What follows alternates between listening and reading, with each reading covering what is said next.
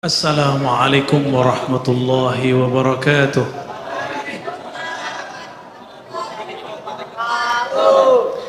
Alhamdulillahilladzi ja'alana min ummati sayyidina Muhammad sallallahu alaihi wasallam.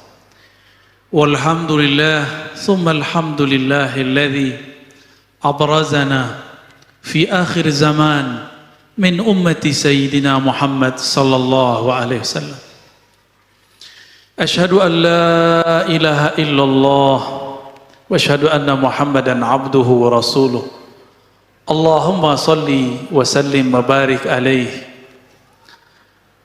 Assalatu wassalamu alayka ya sayyidana ya Rasulullah. Assalatu wassalamu alayka ya abal arwah.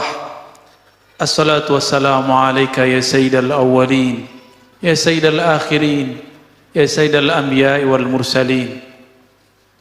Salamullah alaikum warahmatuhu wabarakatuh. Jamaah, para pecinta Allah, perindu Rasulullah sallallahu alaihi wasallam.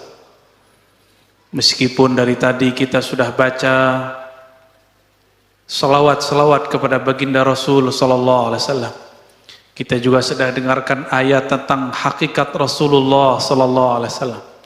Mari kita kirimkan mahar kerinduan surat Al-Fatihah.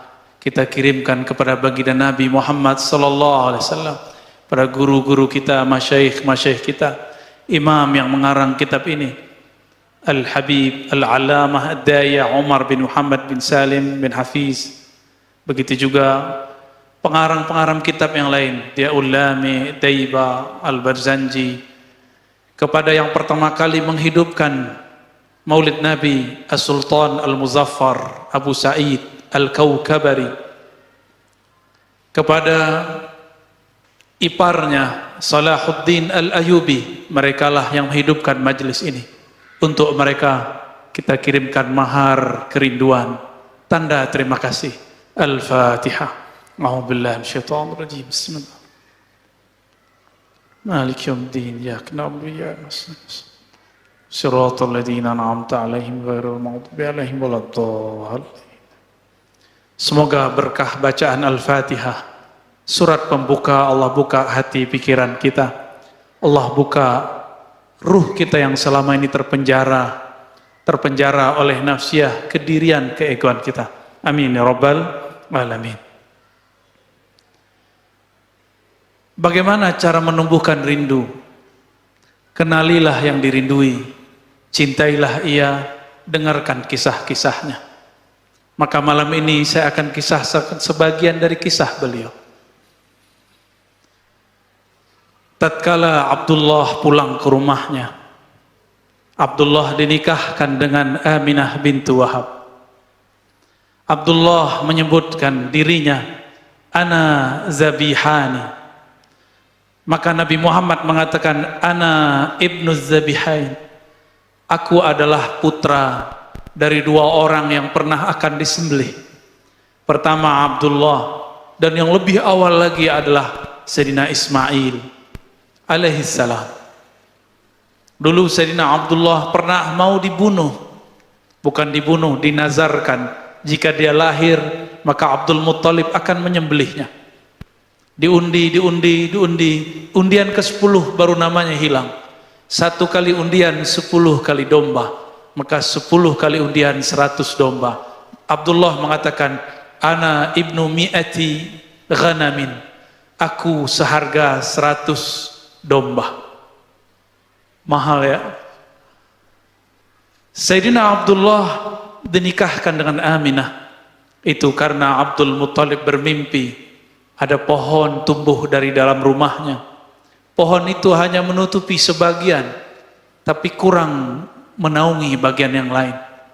Esok hari datanglah ia kepada ahli takbir mimpi. Apa kata dia? Wahai Tuan, takbirlah mimpiku. Maka sang pentakbir mimpi mengatakan, pohonmu artinya adalah dari nasabmu akan tumbuh, akan muncul seorang pemimpin di tanah Arab. tapi kepemimpinannya tidak sempurna kecuali dia dikawinkan dengan pohon satu lagi. Maka kawinkanlah dia dengan keturunan Wahab. Pulang dicarilah oleh Abdul Muthalib. Apakah Wahab punya anak seorang putri? Ternyata beruntunglah putrinya adalah seorang yang sangat amanah. Maka digelari, dinamai dengan Aminah. Abdullah hamba Allah menikah dengan Aminah, perempuan yang menjaga rahasia-rahasia. Menikahlah Abdullah, di dalam dirinya ada nur yang dulu ada dititipkan Allah kepada Nabi Adam, turun ke Nabi Syis, turun ke Nabi Idris, turun ke Nabi Nuh, turun ke Nabi Ibrahim, turun ke Nabi Ismail, turun kepada Bani Kinan, Bani Quraisy, terus Adnan, terus sampai kepada baginda Rasul. Dari Abdullah turunlah nur itu kepada Aminah. Aminah kemudian dipanggil Abdullah. Ia mengatakan, wahai istriku tercinta, aku mohon izin untuk berdagang seperti sedia kala. Berangkatlah Abdullah, pergilah ia ke tanah Syam. Tapi sebelum pulang, sebelum sampai di rumah, umur tidak panjang, betapa malang Aminah, masih muda sudah menjadi janda. Bagaimana nasib perut yang sudah ada isinya?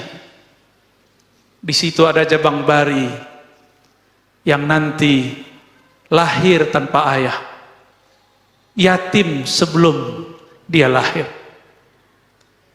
Namun Allah tidak pernah tidur, tidak pernah lupa. Yang dititipkan Allah ke dalam perut Sayyidah Aminah adalah kekasihnya. Maka Allah Subhanahu wa taala hampir setiap malam, setiap hari mengirimkan kabar gembira, mengirimkan makanan-makanan surgawi kepada Sayyidah Aminah. Hamillah Sayyidah Aminah. Pada minggu-minggu pertama ia hamil, datanglah Sayyidina Jibril menyeru dari langit, ya Aminah, yang engkau kandung adalah Sayyidul Alamin, yang engkau kandung adalah penghulu alam semesta. Meskipun engkau menjadi janda, tapi Allah Subhanahu wa taala akan menjagamu, karena yang di dalammu adalah kekasihnya. Esok hari datang lagi Mikail, esok besoknya lagi datang lagi Adam. Datanglah nabi-nabi, nabi-nabi yang utama sampai nabi-nabi yang tidak disebutkan namanya. Mereka semua mengatakan, wahai Aminah, janganlah bersedih, yang engkau kandung adalah kekasih pemilik alam semesta. Maka Aminah tidak pernah merasa kesepian, meskipun suaminya tidak pernah pulang kecuali hanya namanya. Bayangkan jika ada di antara saudari-saudariku baru menikah, baru hamil, suaminya wafat. Malangnya nasib. Tapi Allah tidak pernah tidur. Allah hiburlah ibunda Rasulullah sallallahu alaihi wasallam.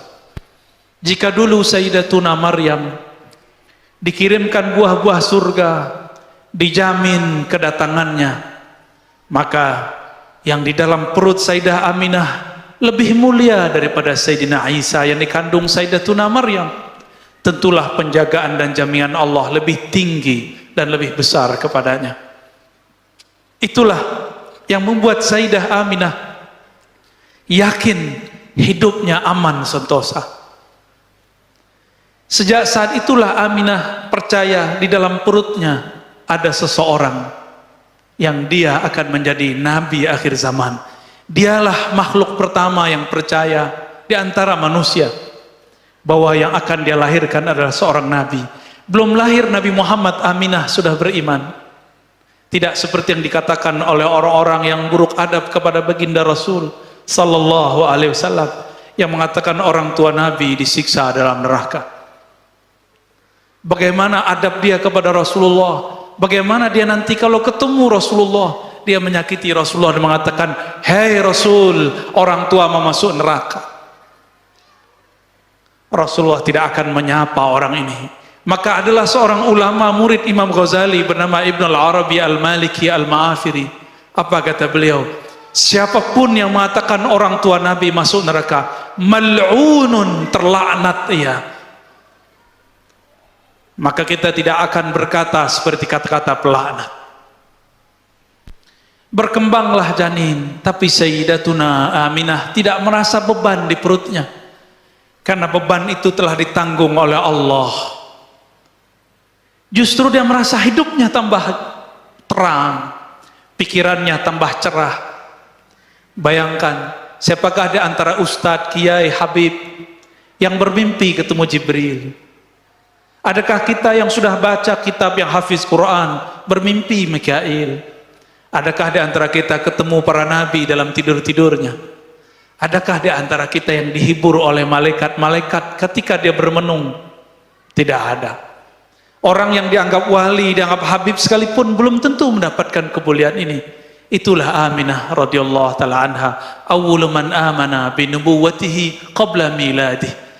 Orang pertama yang percaya kepada Nabi Muhammad sebelum dia lahir. Pendek cerita, sampailah 9 bulan.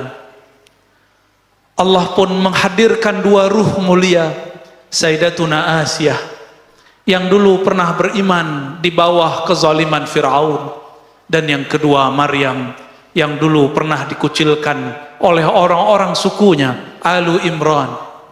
Mereka datang, ruhnya datang menyambut baginda Nabi Muhammad sallallahu alaihi wasallam. Apa kata Sayyidatuna Aminah? Ketika aku melahirkan Muhammad, ra'aitu nura, aku melihat cahaya. Cahaya itu meliputi langit, meliputi bumi. Cahayanya membuat bergetar kekaisaran Romawi, membuat padam Tuhan-Tuhan Majusi, membuat roboh runtuh berhala-berhala Makkah. Cahaya di atas cahaya, bahkan matahari pun bergetar. Lahir sumber dari cahayanya baginda Nabi Muhammad sallallahu alaihi wasallam. Rembulan pun girang menangis, dia bergetar. Maka sang rembulan mengatakan, namaku Al-Badar adalah memindam namanya. Maka hari mengatakan, aku matahari pelita, itu adalah nama Muhammad sallallahu alaihi wasallam. Jika bulan mengatakan aku pantulan matahari, matahari mengatakan sumberku dari nur Muhammad sallallahu alaihi wasallam. Dialah Asy-Syams, dialah Al-Badr, Tola'al badru alaina. Itulah yang kita baca dalam syair-syair. Tola'al badru alaina, anta syamsun anta badrun. Engkaulah syams. Syamsun artinya pelita, matahari yang sebenarnya. Dialah sebenarnya Al-Badr, bulan purnama. Baginda Rasul lahir. Kemudian setelah 2 ruh suci ini kembali, diambillah oleh Suwaibah Al-Aslamiyah, budak daripada Abu Lahab, paman Rasulullah sallallahu alaihi wasallam. Suwaibah karena Aminah masih lemas, Suwaibah menyusukan Rasulullah sallallahu alaihi wasallam. Suwaibah karena menyusukan Nabi, dia seorang budak, dia taruhlah anak itu, Aminah sadar, maka disusui oleh ibunya. Suwaibah pun pulang ke rumah tuannya Abu Lahab, mengabarkan, wahai tuan, keponakanmu, anak dari Abdullah telah lahir, Muhammad namanya. Abu Lahab merinding. Itu hari Isnin, hari Senin, hari yang tadi. Abu Lahab kemudian mengatakan, wahai Suwaibah, saksikanlah bahwa engkau merdeka hari ini. Kenapa ia dimerdekakan? Karena dia menyusui Nabi Muhammad sallallahu alaihi wasallam. Siapapun yang bersentuhan dengan Rasulullah, dengan zat Nabi Muhammad sallallahu alaihi wasallam, maka dia mulia. Maka disebutkan dalam hadis yang kualitasnya oleh Imam Suyuti dikatakan naik menjadi hasan li ghairihi, menjadi bagus karena ada dalil-dalil lain yang menguatkannya. Ketika Abu Lahab mati, setiap hari Senin di alam barzakh, khaffafallahu anhu. Tersebutlah dalam kitab Diyaul Lami. Kalau di kitab ini halaman 34, annal azaba mukhaffafun fi kulli isnain li farhatihi biman wafana. Abu Lahab diringankan siksaannya setiap yaumul isnain, setiap hari Senin, lifarhatihi, karena dia bahagia dengan kelahiran Nabi besar kita Muhammad sallallahu alaihi wasallam. Apa kata sahib kitab dia ulama? Haza ma'al kufri fa kaifa bi farhati man zi fuadim imtala imana. Ini diringankan azabnya karena dia bahagia sedangkan dia masih kafir. Bagaimana jika kolbu seseorang itu percaya kepada Nabi Muhammad sallallahu alaihi wasallam, maka dia diberkahi setiap saat dirinya. Tidak hanya yaumul isnain, tapi setiap kali dia merayakan, dia berbahagia, farhan kelahiran Nabi Muhammad sallallahu alaihi wasallam, Allah akan kurangi beban hidupnya. Allah akan pikul bersama-sama bebannya. Wa rafa'na laka dzikrak. Rasulullah telah diangkat ketinggian namanya. Maka siapa yang meninggikannya ikut ditinggikan oleh Allah Subhanahu wa taala. Jamaah yang dimuliakan Allah, itu Abu Lahab diringankan Allah karena dia farhan, dia bahagia karena baginda Nabi Muhammad sallallahu alaihi wasallam lahir.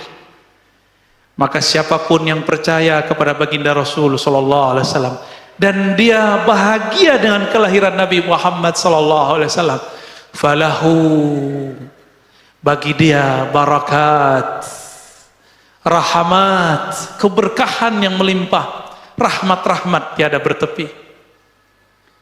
Suwaibah menyusui Rasulullah karena orang Arab Mekah saat itu punya tradisi menyusukan anaknya kepada selain mereka. Maka muncullah masa, adalah hari di saat orang-orang dari Bani Sa'diyah datang untuk menyusui orang Mekah. Sebanyak itu perempuan yang gemuk-gemuk, ibu-ibu yang baru melahirkan, tidak ada satupun yang minat Rasulullah SAW. Rasulullah SAW disodorkan ke ibu yang cantik, yang gemuk, kira-kira air susunya sangat banyak. Ternyata beliau tidak mau. Kenapa? Karena hampir semua perempuan yang berisi badannya, yang kenyal, yang sehat, itu ketika menyusui Rasulullah, dia susui anak si perempuan itu dahulu dengan kanannya, Rasulullah ke bagian kirinya. Rasulullah tidak mau meminum bagian kirinya. Berbeda dengan Halimah. Dia Halimah sangat santun dan sangat sopan. Ketika dia mau menyusui Sayyidina Muhammad, maka diletakkan anaknya sebelah kiri, dia ambil Nabi Muhammad, maka sang Nabi kecil langsung mau menyusui perempuan yang sangat kurus malang. Dia punya ternak-ternaknya banyak yang mati. Dia punya ternak domba yang bisa mengeluarkan susu, tapi susunya tiada yang keluar. Tapi semenjak dia mendatangi Nabi Muhammad dibawa pulang. Semua ternaknya gemuk, semua air susu pun mengalir. Diangkatlah oleh Allah derajat Halimah yang tadinya fakir, miskin, menjadi keluarga yang penuh diberkahi. Tadinya mendapatkan bagian sedekah susu, sekarang dia membagi bagian susu ke tetangga-tetangganya. Kenapa? Di rumahnya ada bayi kecil, Sayyidul Alamin, Sayyidina Muhammad sallallahu alaihi wasallam. Halimah, dia orang yang miskin tapi dia sabar. Rasulullah mengatakan, Allahumma ja'alni miskina. Ya Allah, engkau kayakan aku, tapi jadikan styleku style orang miskin. Karena dulu yang menyusukanku seorang yang miskin. Sallallahu alaihi wasallam. Pendek cerita, umur beliau udah sampai 7 tahun. Bermain-main dengan saudara susunya. Di suatu tempat, beliau badannya biasa, badannya kecil. Naik keledai bersama dengan saudaranya, anak Halimah Sa'diyah. Betapa lucunya Sayyidina Muhammad berdua dengan saudara susunya di atas keledai. Keledai itu lebih rendah daripada onta, lebih rendah juga daripada kuda, tapi juga lebih besar daripada bighal. Sedang sekali jika ada orang berjalan di atasnya, lucu, sangat menarik sekali. Sampai di tengah jalan, apa kata Sayyidina Muhammad kecil? wahai saudara susuku, aku kehausan, aku pengen makan dan minum. Jika engkau berkenan, jemputlah ke rumah ibumu, aku sungkan kepada ibumu. Maka pulanglah dia. Tapi ketika dia pulang, balik lagi. Ketika dia balik, dia melihat Nabi Muhammad SAW sedang dibelah dadanya oleh dua sosok bersayap, sangat besar, tapi wajahnya sangat indah. Kemudian si anak ini lari kepada ibunya. Wahai ibunda, kutila Muhammadun, kutila akhi Muhammadun. Saudaraku dibunuh oleh dua sosok yang tidak tahu dari mana. Halimah pun ketakutan. Wajahnya pucat, bulu romanya merinding. Dia penuh ketakutan, dia panggil suaminya, wahai suamiku, anak kita Muhammad, anak kita dibunuh oleh seseorang. Dia menangis, dia berteriak, ya Muhammad, ya Muhammad. Ternyata sampai di sana Nabi Muhammad SAW main-main seperti sedia kala. Dia peluklah Nabi Muhammad SAW yang tadinya jantungnya hendak mau copot, tapi melihat Nabi Muhammad masih utuh sedia kala, dia bahagianya bukan main. Ternyata anakku, anak susuku masih hidup, sumber keberkahanku masih hidup. Walhasil Sayyidatuna Halimah mengatakan kepada suaminya, wahai suamiku, anak kita bukan anak biasa. Dia dicari bukan hanya oleh orang di bumi, tapi seperti yang dikatakan Muhammad ketika kita tanya, ya Muhammad, siapakah dua makhluk itu yang diceritakan saudara susumu? Beliau mengatakan, aku melihatnya turun dari langit. Halimah geleng-geleng kepala, ini bukan manusia biasa. Wahai suamiku, kita mungkin bahkan salah adab kepada anak ini. Jangan-jangan anak ini pilihan Allah Subhanahu wa ta'ala. Besok kita kembalikan ke ibunya. Besok dia datanglah kepada Sayyidah Aminah. Sayyidah Aminah tertawa, tersenyum. Apa katanya? Wahai Halimah, engkau baru tahu, sedangkan aku sudah tahu sebelum dia lahir. Ketika dia lahir, aku melihat lebih dahsyat lagi. Bahkan cahayanya meliputi alam semesta. Sayyidah Aminah tidak kaget, Sayyidah Aminah tidak ketakutan. Yang ketakutan malah Halimah As-Sa'diyah. Sejak saat itulah Halimah Sa'diyah hanya mendengar kabar tentang anak susunya. Nabi Muhammad kecil dibesarkan oleh ibunya. Diajak ziarah, diajak kemana-mana. Nabi Muhammad SAW kecil, tapi pembicaranya seperti orang besar. Berkalam tauhid, ahad, tidak pernah masuk ke dalam Masjidil Haram lalu menyembah Lata dan Uzza. Beliau tidak pernah menyembah satu berhala pun, tidak pernah meminum satu teguk khamar pun, tidak pernah maling satu buah pun, tidak pernah mematahkan satu ranting pun. Baginda Nabi Muhammad SAW. Ketika beliau mulai menjadi anak-anak, mulai remaja, beliau disuruh oleh kakeknya dan pamannya, diberi tugas menjadi seorang pengembala domba. Pengembala domba itu harus punya sifat. Sifatnya sifat sabar, tiada batas. Harus rigid, harus tahu ada domba, ada kambing yang tidak ikut serta. Dan tidak boleh mengambil satu pun sampai lapor kepada tuannya. Nabi Muhammad belajar di situ amanah. Beliau belajar di situ bagaimana sabar. Jangankan manusia, domba pun beliau sangat sayang. Nabi Muhammad kecil kemudian berkembang jadi dewasa. Sebelum beliau berumur 20 tahun terjadi perang di antara orang-orang Arab. Nabi pun ikut berperang. Kemudian selesai perang, terjadilah rapat besar di Ka'bah. Orang-orang di Ka'bah, semua suku sepakat untuk merenovasi masjid pertama di alam semesta. Mereka runtuhkanlah Ka'bah, dibangunlah Ka'bah yang baru. Tapi ketika mereka hendak menaikkan Hajar Aswad, semuanya merasa berhak. Ada 4 suku, semuanya mengatakan, aku lebih tua. Yang satu mengatakan, aku paling banyak memberi donasi. Yang lain mengatakan, aku, kami. Di saat seperti itu, datanglah Sayyidina Muhammad SAW menawarkan suatu penyelesaian masalah. Apa kata beliau? Wahai tuan-tuan, wahai paman-pamanku, kakek-kakekku, maukah kalian aku tunjukkan cara yang paling mudah, semuanya kebahagiaan. Maka beliau turunkan ridaknya, ini namanya ridak selendang. Selendang ini dipegang satu sudut oleh satu suku, dan suku yang lain. Lalu Nabi Muhammad mengatakan, saksikanlah, izinkan aku mengangkat batunya. Lalu kalian taruh ke Ka'bah. Maka semuanya sepakat. Kenapa? Semua suku dapat kebahagiaan.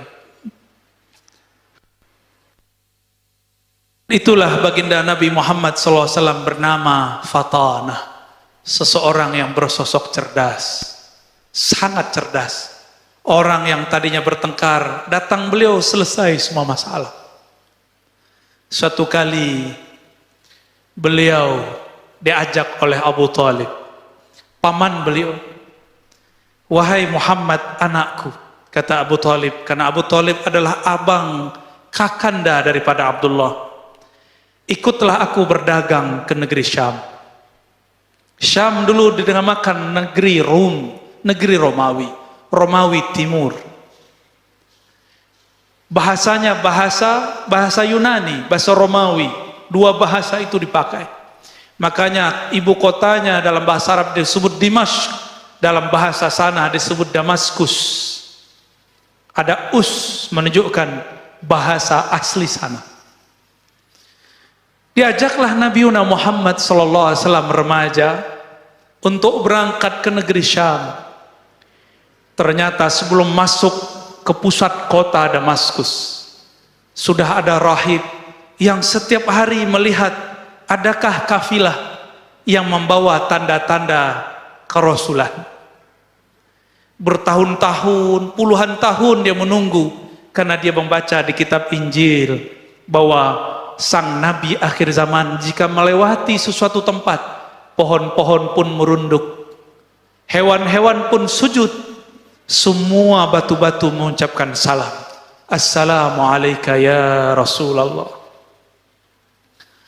Sampailah kemudian di suatu masa yang ditunggu-tunggu, tanpa dikira, tanpa direncanakan, si rahib yang bernama Bukhairah mendapatkan apa yang dia tunggu puluhan tahun.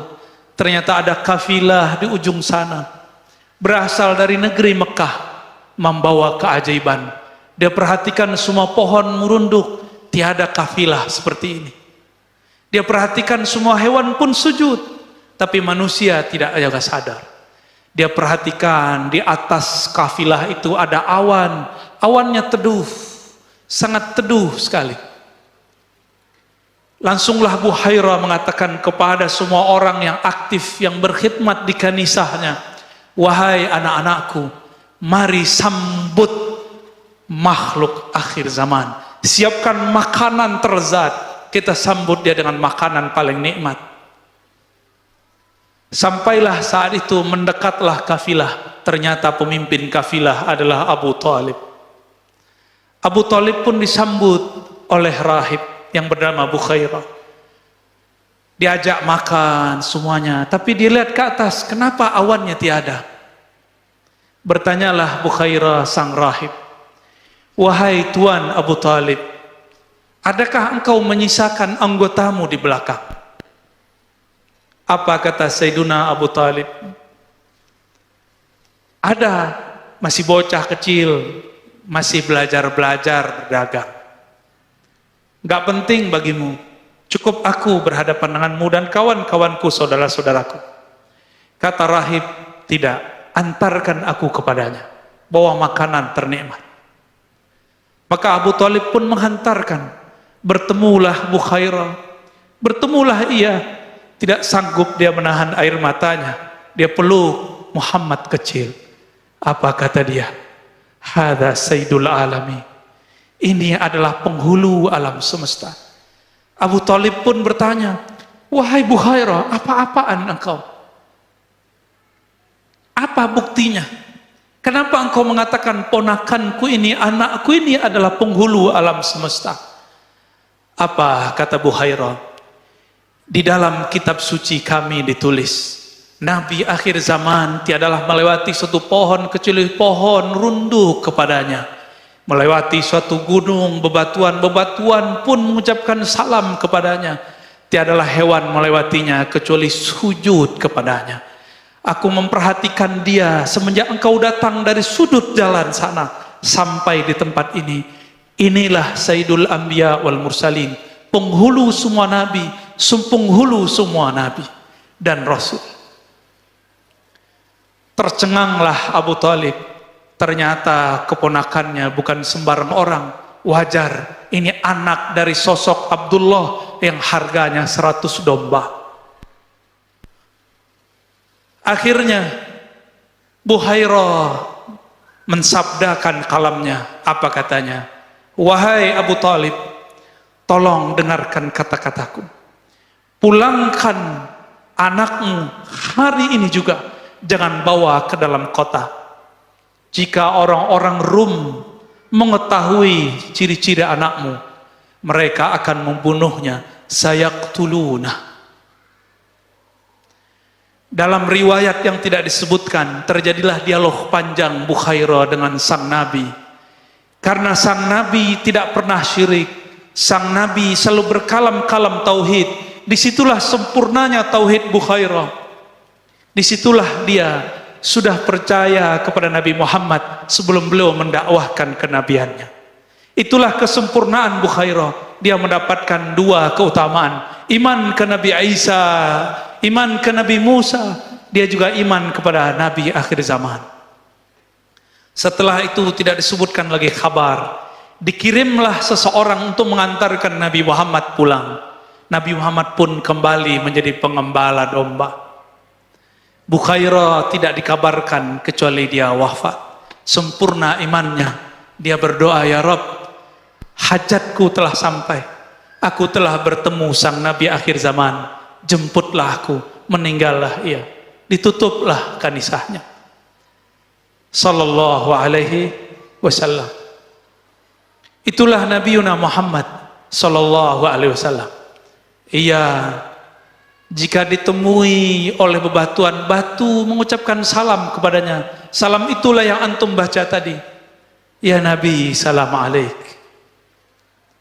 Salam itu dimasukkan ke dalam kitab yang berisikan madaih, maulid.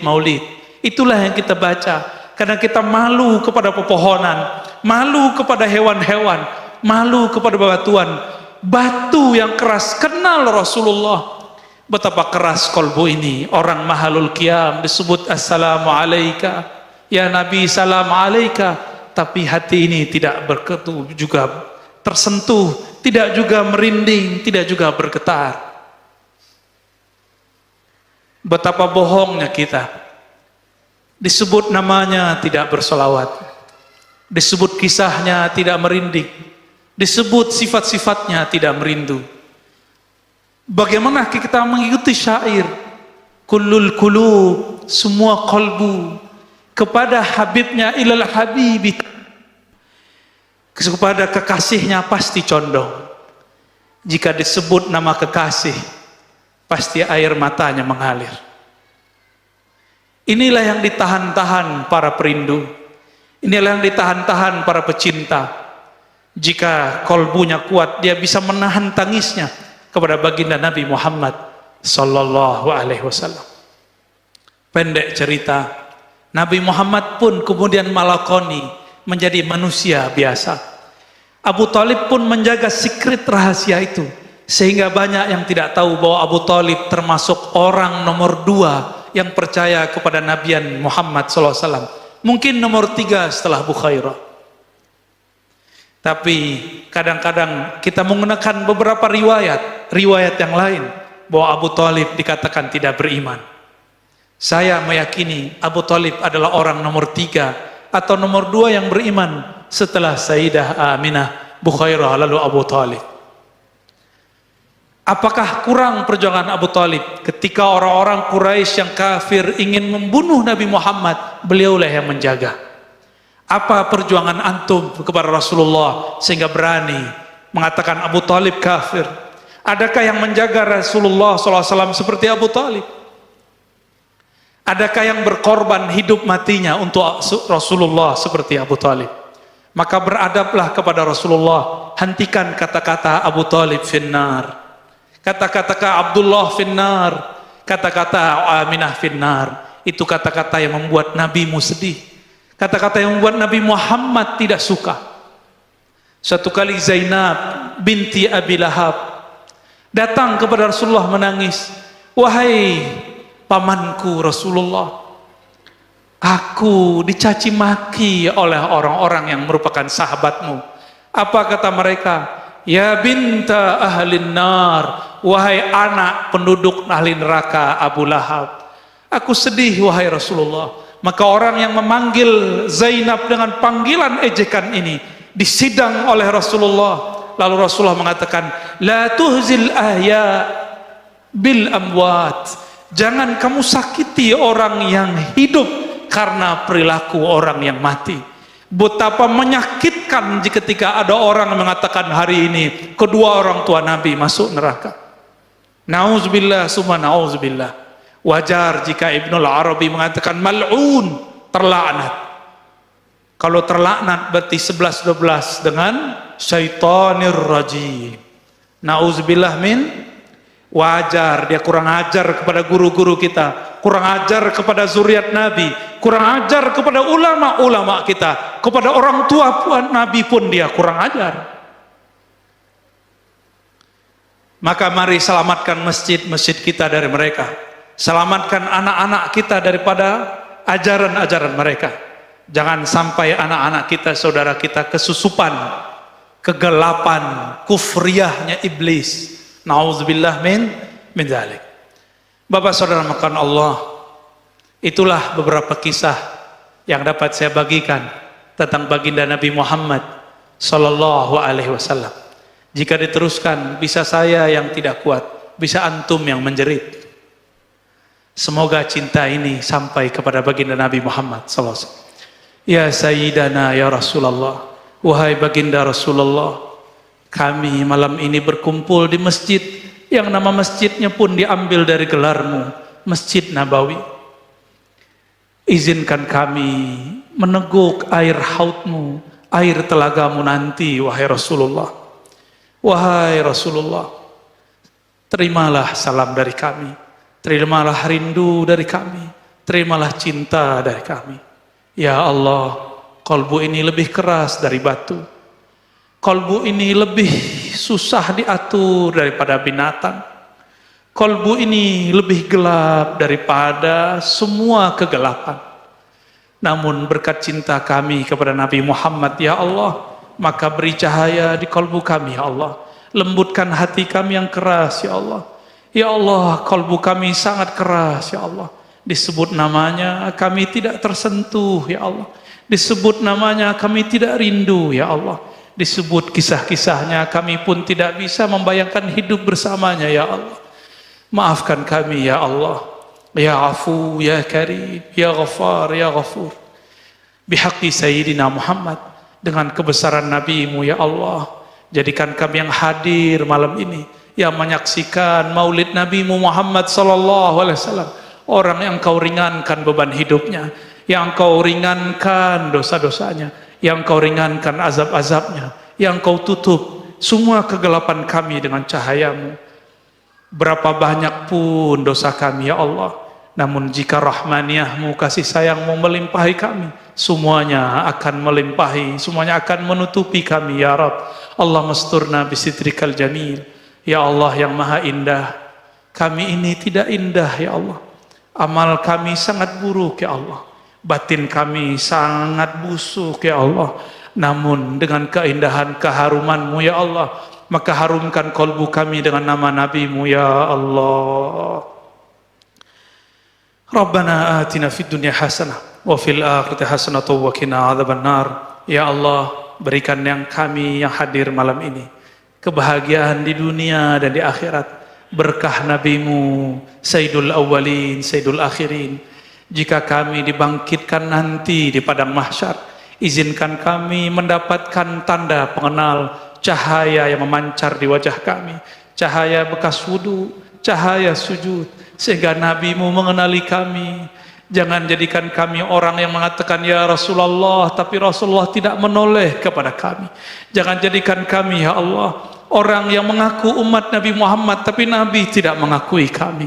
Jadikan kami ya Allah tanpa mengaku pun Nabi menjemput kami. Ketika kami ditimbang, kami diberi syafaat, dibantu oleh Rasulullah. Ketika kami ditanya dalam kubur, Nabi membersamai kami. Ketika kami berjalan di sirat-Mu, kami dibimbing oleh Rasulullah. Ketika kami antri di depan pintu-pintu surga-Mu, jadikan kami mendapatkan syafaat Nabi-Mu sallallahu alaihi wasallam. Wa sallallahu ala sayyidil awwalin, sayyidil akhirin, sayyidina Ahmad, sayyidina Muhammad wa ala alihi wal mahdi khalafatihi wa sallim. Walhamdulillahi rabbil alamin. Assalamualaikum warahmatullahi wabarakatuh.